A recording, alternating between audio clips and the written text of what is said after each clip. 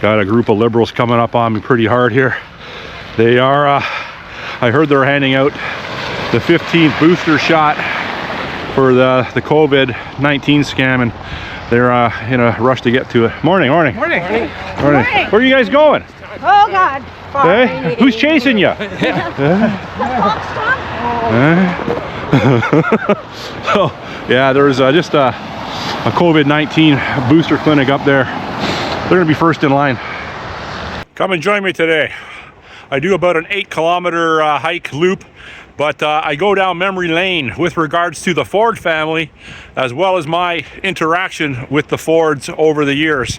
And I read a viewer comment from one of my previous videos that I thought was appropriate to read. I got her permission to read it, and I read that in this video, and I run into a couple different things. You might find it entertaining. Stick around if you want to watch. Sunday morning in Toronto, and you can see it's snowing out. It's about -2 degrees Celsius, and I'm probably going to get in about at least 6-kilometer hike today. And but this hike is going to take me down and take you down memory lane, and in doing so, I'm going to backtrack the Ford's lineage, or not so much lineage, but the Ford's history in this neighborhood. And I'm talking about Doug and Rob Ford specifically. And right now I'm outside Messina Bakery, which is very close to my house. I go to it quite often, and so does Dougie Ford. I've met Dougie Ford here many times, but I'm gonna go from here, go down Scarlet Road, and I'm gonna do a little tour. Morning. And I'm gonna end up at Doug Ford's place of employment, and I'm gonna talk about some paranormal activity as well, and I want to get your thoughts on it. Potential paranormal activity. Didn't want to film in there. There's a nice girl in there that I know, I always talk to. She's been here for years, and it was nice to see her on a Sunday. But I just got 2 Portuguese custards. It's very rare I eat those, and they have them here. But I was just talking to her, and I said, "When's the last time you seen old Dougie Ford?" And she said, "Oh, he doesn't come in anymore." She said he used to come in 3-4 times a year.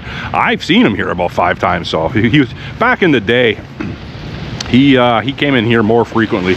But anyhow, so I'm gonna go down Scarlet Road. I'm gonna cut down a street past Lambton Golf Course. I believe it's called Edenborough Court, and I want to show you something in there that you may or may not be interested in. I am. Then I'm going to go into a wooded area and talk about quote unquote a funny feeling my brother used to get walking through that wooded area when he was a kid going to visit his friend. But I'll go over that when I get there. It's about a kilometer from here. Coming up to the first street that I want to show you. It's Edenborough, or Edinburgh, however you want to pronounce it. And like this guy's Canada flag here. This guy's an OG. You can tell he's not an elbows upper Canadian, because that flag's been up for a while. Hasn't just been crisply put up to back some liberal nonsense. But so I'm gonna make a right at this first street. Then I'm gonna go around. It's a court, or a crescent. Then I'm gonna go down to that park at the end down there, show you something. Just coming up to the first thing that I find interesting. Maybe you won't, but if you're a bit of a car person like I am, you might find this interesting. Right over there are 2 C3 Corvettes. The first one is between a 1970 and 72, and it's a roadster. It's got the convertible top, and it's blue. That'd be Fathom blue. And behind it is a 1974 to 1979, and that looks like red or burgundy, but they're covered in snow. So a couple cool Corvettes. Well, one cool Corvette. The mid-70s Corvette I don't like, but that blue roadster there, Dewey likes. And don't try to find this guy or find this street because I can guarantee you those cars aren't for sale. You knock on that guy's door, you might get a rude awakening. So I'm just pointing the cars out. A little car spotting during a snowstorm in Toronto. Gonna continue on and up around. And I also I also want to read one of my regular viewers' comment. She left me a comment 2 videos ago, and it outlines how she was liberal her whole life, and seen the light, and became conservative based on the liberal lies. So I'm going to read that, and I got her permission to read it, and it's very I appreciated her transparency and her honesty. Yeah, so I'll read it, and you guys be the judge of the message. Just rounding the corner. Park is over there, but I was out with my brother yesterday for a couple hours, and we went for a coffee and did a couple errands and whatnot, and we were driving south on Scarlet Road past Edenbridge, which is the old street where Rob Ford used to live on. And there's a gas station on the corner of Edenbridge and Scarlet Road that was infamous for Rob Ford, because I can't remember the police chief that had him fall. I think it might have been Bill Blair with the helicopters. That's when, and I'm not, okay, disclaimer, I'm not disparaging the Ford brothers here. I like Rob Ford immensely, and we all know he had his demons. So this gas station was under surveillance by the TPS, Toronto Police Service, maybe the OPP, I don't know. They even had a helicopter following old Robbie around, poor Robbie. And apparently Rob used to get one of his associates to leave him a bottle of high octane, if you know what I mean, in and around that gas station. So Rob would drive down the street in the morning and pick up his bottle of high octane and continue on with his day.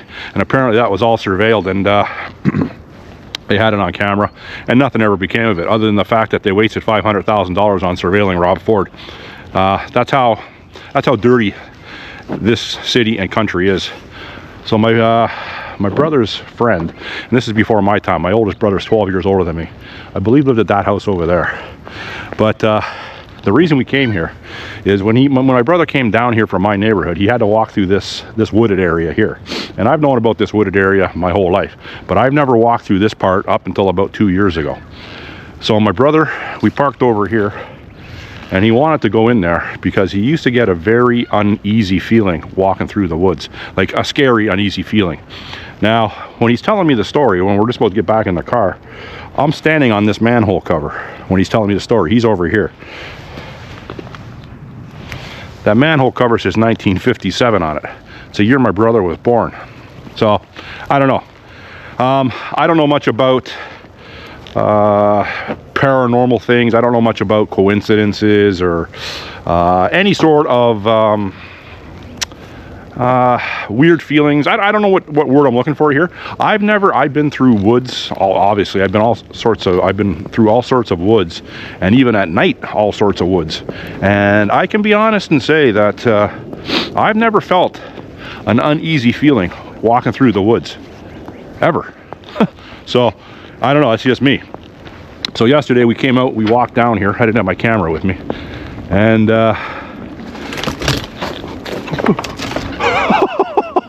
hey, look at that. I got an uneasy feeling there. I thought it was a raccoon. I hope I caught that on camera. That scared the shit out of me. A squirrel in the garbage can. So we walked through here, and my brother was trying to get the sense, the uneasy sense that he used to get when he was a kid. So this would have been, he would have been maybe not even a teenager at the time.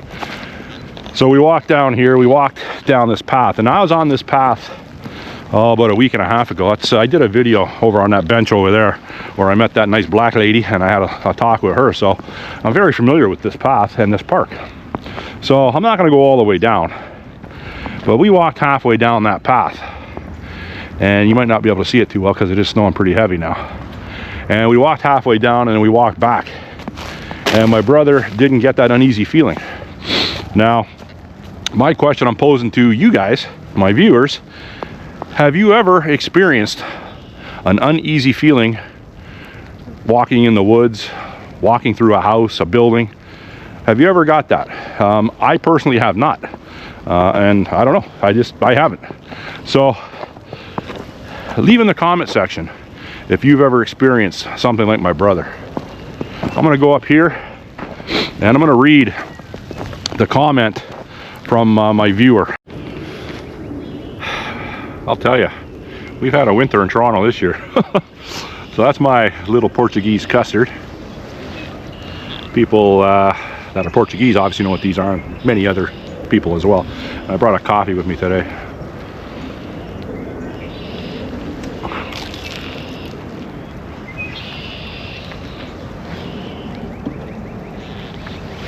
Those things are tasty.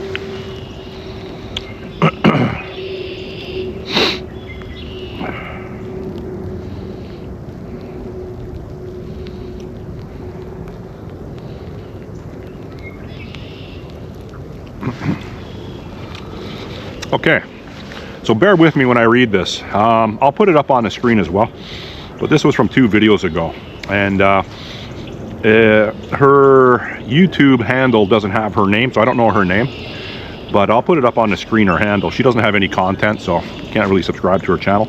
Well, you could if you wanted to. Maybe someday she will have content, and if she does, I will subscribe. So it starts off, Dewey, I love everything you just said. I'm a 37-year-old woman. I used to be a traditional liberal until they have devolved into this dangerous, fascist, communist, totalitarianism regime. I can never trust them again. I used to dye my hair, all sorts of colors, but now I can't because of these idiots. I grew up raised to be tough and knowing how to survive. People just don't see it. I was obviously speechless when the truth was exposed to me. Our country is in serious trouble. If it comes down to it, you can bet your arse I'd survive. I have done it before in hard ways. It's embarrassing what's happening. I'm so disgusted, I wish more people would wake up like I did. I'll never trust the liberals ever again. They are liars, traitors, frauds, and a bunch of snake oil salesmen. Thanks for listening. You are one of the very few men I can trust. Love your work. When I read that, it took me back. It took me aback because I haven't really had someone on my channel yet say they were once you know, a staunch liberal and now they are conservative. When she mentioned the color of her hair dye, I understand, because I do mention that a lot, and it seems to be part of the liberal uniform or liberal look that a lot of liberals have, and it is the different color hair.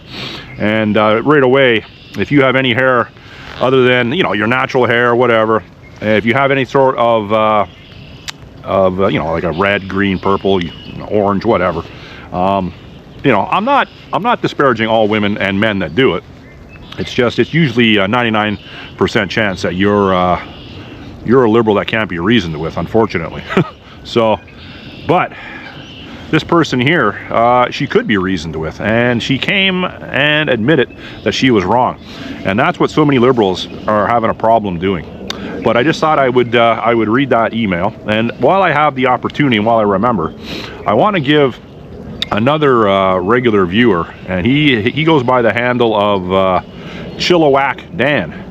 Chilliwack Dan responds to a lot of my my videos. He's got a good sense of humor. He likes one of his favorite actors is Gary Busey. So just a shout out to Chilliwack Dan and his favorite actor Gary Busey. And I don't know where Chilliwack Dan's from. I'm assuming somewhere in the East Coast. But anyhow, shout out to Chilliwack Dan. So I'm going to walk out of here, and I'm going to continue my Ford family walk and talk tour, and it's going to culminate at a location that I used to go to as a kid, and it involves Doug Ford. So stick around, you don't want to miss this. More car spotting here for you gearheads, not to be confused with gearboxes. Gearheads. 1965 Mustang trunker, notchback, and I've talked to the owner of that car before. He's an older guy. That car's been sitting there forever, and I can't remember if it had the 6 in it. Let me take a look here. No, what's it have? It's got the 289 fender badges on it, so I think those cars. No worries. Morning. Good morning. I think those cars came with 3 engines. They came with 260 or an inline 6, 260, and a 289, I do believe. But I'm not really a Ford guy, and I can tell you, if that car was a fastback, it wouldn't be sitting there, because someone would have made the old guy an offer he couldn't refuse. Or if it was a Shelby, a 65 Shelby GT 350, if you pulled it out that car out of the garage in the 60s to wash it, went to turn the hose on in the house and came back out, the car would have been stolen. So just a plain Jane run-of-the-mill 65 289 Mustang is not going to garner, you know, a whole lot of daily pressure to sell it. But I'm sure people have stopped and knocked on that door more than once. But anyhow, I'm coming down to this street's called East Drive. I'm gonna go left on East Drive and hook me back up with Scarlet Road. And then I'm gonna go north on Scarlet again and bring me up to the gas station, and I'll discuss about the infamous Rob Ford gas station and what I saw there yesterday. And I'm about 3 kilometers into my hike. Got a couple of street toughs up ahead of me to my left. I just wonder if they're gonna let me pass. They don't seem like they want to rumble today, the Canadian Cobra chickens. What are you guys doing? What are you guys doing? We're not looking for any trouble this morning, that's good. Straight up ahead is the Esso gas station that I'm going to stop and do a little commentary. Got a group of liberals coming up on me pretty hard here. They are, I heard they're handing out the 15th booster shot for the COVID-19 scam, and they're in a rush to get to it. Morning, morning. Morning. Morning. Morning. Where are you guys going? Oh God. Hey? Who's chasing you? So, yeah, there's just a COVID-19 booster clinic up there. They're gonna be first in line. Yesterday at around 11:30 in the morning, or no, hold on, what time would that have been? No, it would have been earlier than that, sorry. Would have been around 10:30. Brother and I are coming south on Scarlet Road, and like I said, this is the infamous Rob Ford Esso. He would stop here on his way to work because he has literally lived like 2 or 3 blocks up, and I'll show you the house. Well, it's a different house now. This has been torn down and a big mansion's been put up. But yesterday, driving here, I looked to the right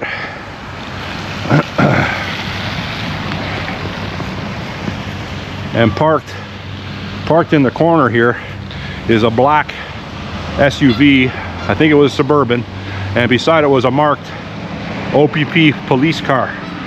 So one of 2 things: they were stopping here to pick up some snacks and coffee to go pick up Doug Ford, or Doug Ford was in the Suburban, or he was in there.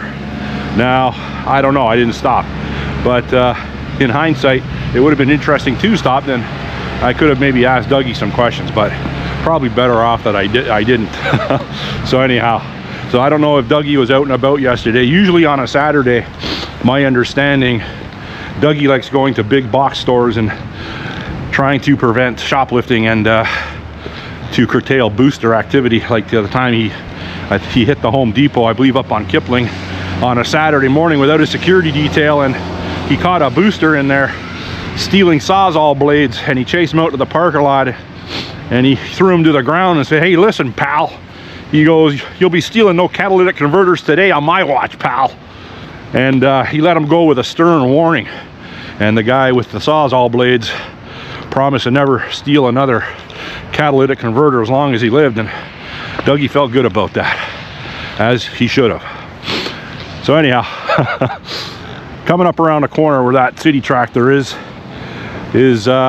Rob Ford's old house when he lived there with his 2 kids and his wife Renata, and I'll show you that when I get up there. I've had it on video many times before, and yeah, I'll go over it when I get there. Across the street where that new house is going up, it's quite a nice looking house actually. Rob and Renata Ford's house and their 2 kids used to live on that land, And yeah, it was a ranch bungalow, very unassuming. Basically, it's the first house on Eden Bridge from Scarlet Road, and that's the City of Toronto workyard. So yeah, it's unrecognizable now. You would drive by it and you would say to yourself, I thought Rob Ford's old house was here, but that's what it looks like now. And I don't know where Renata Ford, his widow, lives now, but yeah. So I'm going to continue on down. I guess I'm going, where am I going now? I'm going west on Eden Bridge, and I'm going to come up to where Dougie Ford's first small business took off. I'm going to show you another house up here too that you might be interested in. Now, while I'm walking down to the next house I want to show you, and to Dougie Ford's first business location, I'm going to discuss what got me out. Well, I was coming out for a hike today regardless, and a substantial one, but what got me to talk about this today was two things. It was Doug Ford's speech he said on Friday. He went before the mainstream media, and he tried to put a stop to the Al Quds protest downtown. It's a yearly protest that is pro-Palestinian and anti-regime change in Iran.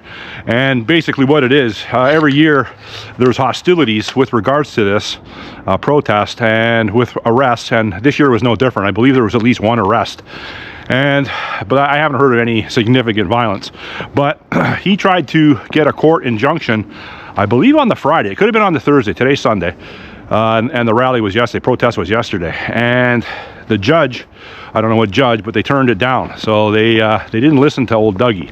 Now, in this press conference, Dougie went on to say that you know, he touched on the synagogue shootings, the learning center, the Jewish learning center shootings, and the overall anti-Semitic overtones that are going on in the city. And he went on to say that it's, you know, this country is not founded on that or based on that, and he doesn't, and the quote unquote, he doesn't recognize this country anymore. Now, people, including myself, looked at this video and said, well, Dougie, you've been in power, you've been the premier of Ontario since 2018, so you're 8 years in, and you are blaming who for the way this city and country is? Who you blaming? You're the top dog, Dougie. You top dog, boy. Okay, so yeah, and everyone knows you're tight with Carney. Everyone knows you're not a conservative, you're a liberal. So it's all smoke and mirrors, Dougie. You are, not only are you not trying to solve the problem, you are facilitating the problem. And this is probably good why I didn't run into you yesterday, because it would have been tough to bite my tongue with regards to you. I wouldn't have went off on a rage or anything like that, because I can't control myself. But it would have definitely made you a little more aware of me than what this video is going to do. And don't be mistaken, Dougie. I know what you're all about, okay? I know you're a powerful guy, and I'll leave it at that. I know that. And this is where I'm going to reiterate. This video is for entertainment purposes, and it's only my opinions and my recollections from many years ago, and my memory is not always the best, but just take it as entertainment purposes. But yeah, so he's getting a lot of pushback with regards to that press conference that he did, where more or less he's saying it's you know, it's not his fault the way things are going. Well, to a very high degree, Dougie, it is. It is your fault. Look at this guy's driveway. Eh? No shoveling snow there.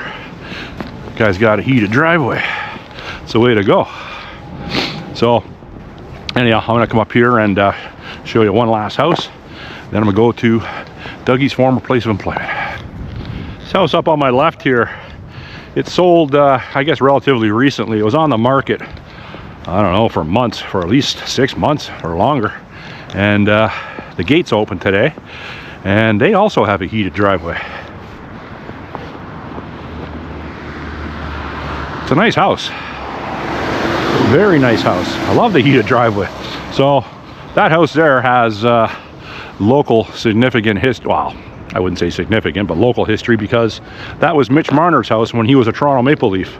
Now he's a Vegas Golden Knight, and I believe he put the house up for sale right when he got traded, or I don't know, I'm assuming that. Could have been before or a little after, obviously, but yeah, it's a nice house. It was listed for, I believe, close to $6.5 million. I don't know what he got for it, but I don't think old Mitchy's hurting for cake. He's having a pretty good year. Got some tough luck with the silver medal, but up here, I've never been up close to that house up there, but look at the patio and everything, cantilevered over the hill. That house is massive, and over here it backs onto like a little stream, and that's North Drive. That's one of the top streets in all of Toronto, all of Canada, and yeah, that's beautiful. I've been up there. I've done a few videos on that. I wonder how many Liberal supporters live on this street. Like, these houses are massive, right? Like, you know, all north of $5 million. Like, you got a house on this street, well, especially the first 10 up here, for less than $5 million, you'd be doing well. But I wonder how many Liberal voters we have around here. I know, it's don't get used to those houses. That's what I'm trying to say. You better smarten up. Anyhow, I'm almost at my final destination. Kind of a nice little stream here. So you imagine having a house backing onto this little stream. There's a little gated street in there. I guess only two houses in there, maybe three. And there's that giant house up on the hill. Wow, it's a nice area. Here's the stream. I've known this stream and played in this stream since I was a kid.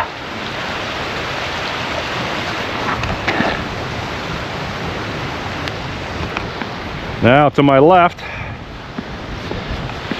is where Douglas Ford Jr. launched his cheesecake sales business. You might not have known that about Dougie. He used to sell cheesecake in his youth. Now, if you know Dougie Ford, you know he's kind of infamous for doing an ad, a political ad, where he was making cheesecake, I believe in his kitchen. It could have been in a studio. And you can tell Dougie likes his cheesecake. Now, when Dougie's, I think, 2 years older than me, something like that, 2 or 3, maybe 3 years older than me. Rob, the younger Rob, was more my age. And our crew had crossovers with their crew back in the day. They were affluent people. They were upper middle class. My crew were all lower working class. We came from the other side of the tracks. And what I will say, in my upbringing compared to Dougie's, you know, I never went hungry or anything like that, but we had no extra. If we wanted extra, we went out and worked for it, and we went out and earned it. And to the Ford's credit, I will say that they were raised pretty good too, and I think they had to get out and earn their money as well. I don't think a lot of their money was given to them. I think they all had jobs too, and to the Ford's credit, my understanding of the matriarch and the patriarch, the father and mother, they were very nice people, and I'm not disparaging the Fords. All in all, a very good Canadian family, but they had their problems, and my family's had our problems, and your family's had your problems. So I'm not disparaging any of that. I really did like the Fords, and I do like them all, including Michael Ford, which I hear is throwing his name in the hat for to be Toronto mayor, and if he does, I'm voting for him. So the house at Chow. But Dougie, I voted for Doug Ford as premier. And when he became premier, I believe 2018, he was on the right track. I liked Dougie, and it wasn't until about a month into COVID where I turned against him, because they got to him. They got to Dougie, and for however they got to him, you know, you could you know, put two and two together, or you can make up your own opinion of that. But regardless, he's been gotten. So now he is part of Team Globalist, Team Communist, Team Carney. Now this parking lot, it's closed off, as you can see in the off season, but you can drive around. And when we were young, a lot of us had muscle cars, almost all of us. I had a 1972 Cutlass Supreme notchback. I only had a 350 in mine. when I was 17. And my buddy, I won't say his name, but he had a 72 340 CUDA, which I've outlined in a video before. And he doesn't own the car no more, but another one of my lifelong friends does. And but anyhow, so we'd come in here, or a lot of people would come in here and buy cheesecake. I was more of a rum pudding type person, so I wasn't into cheesecake. But Dougie used to sell cheesecake out of this parking lot. So you'd come in, you give your money to old Dougie, and he'd give you a piece of cheesecake, and you'd go on your way. So Dougie made some money back in the day. He was a fledgling entrepreneur, let's say, and I remember Doug. I remember Doug from those years. I'm remembering it right now, how the cheesecake sales went down.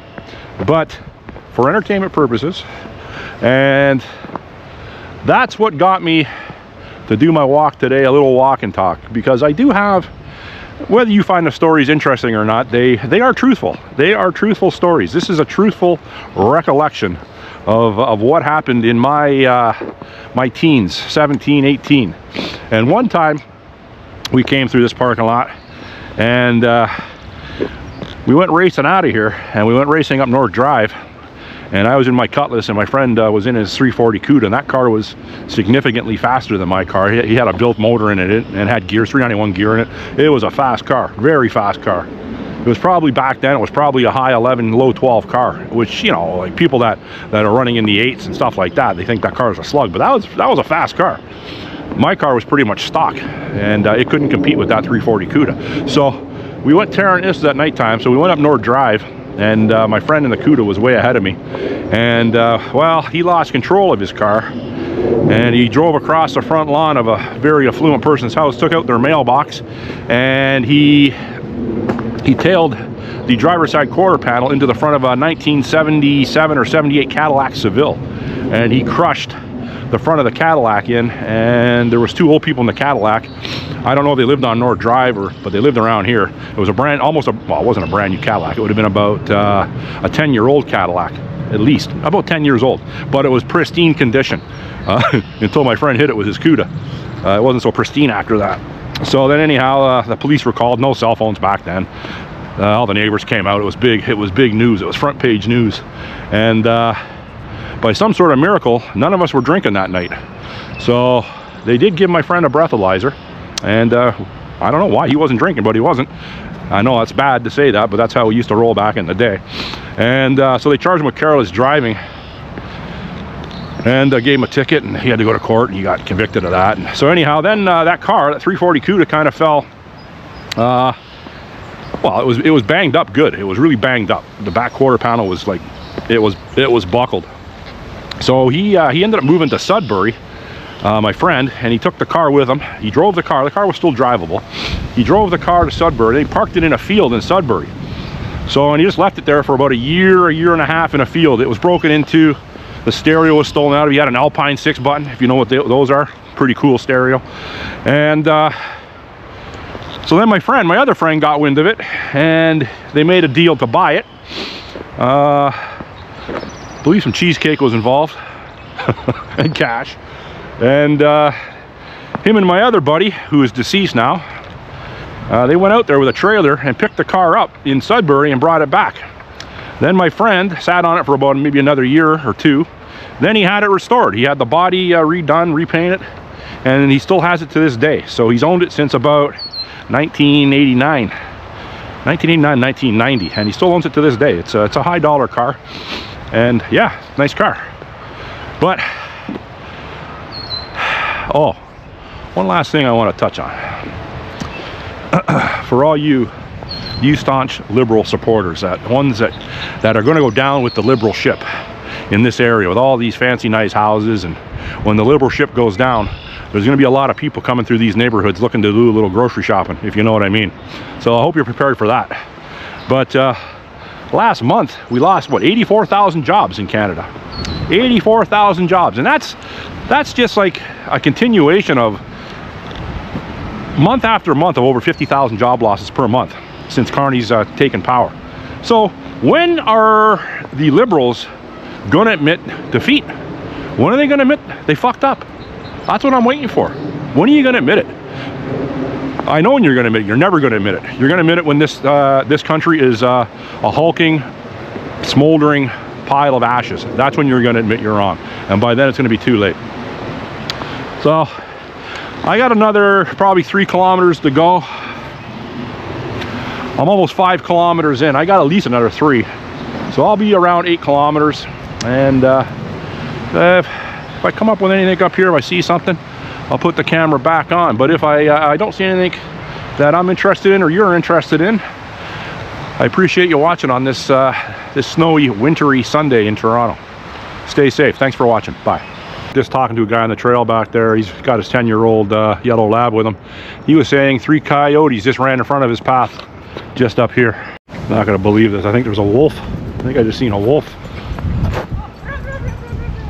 It's okay. What you doing, big boy?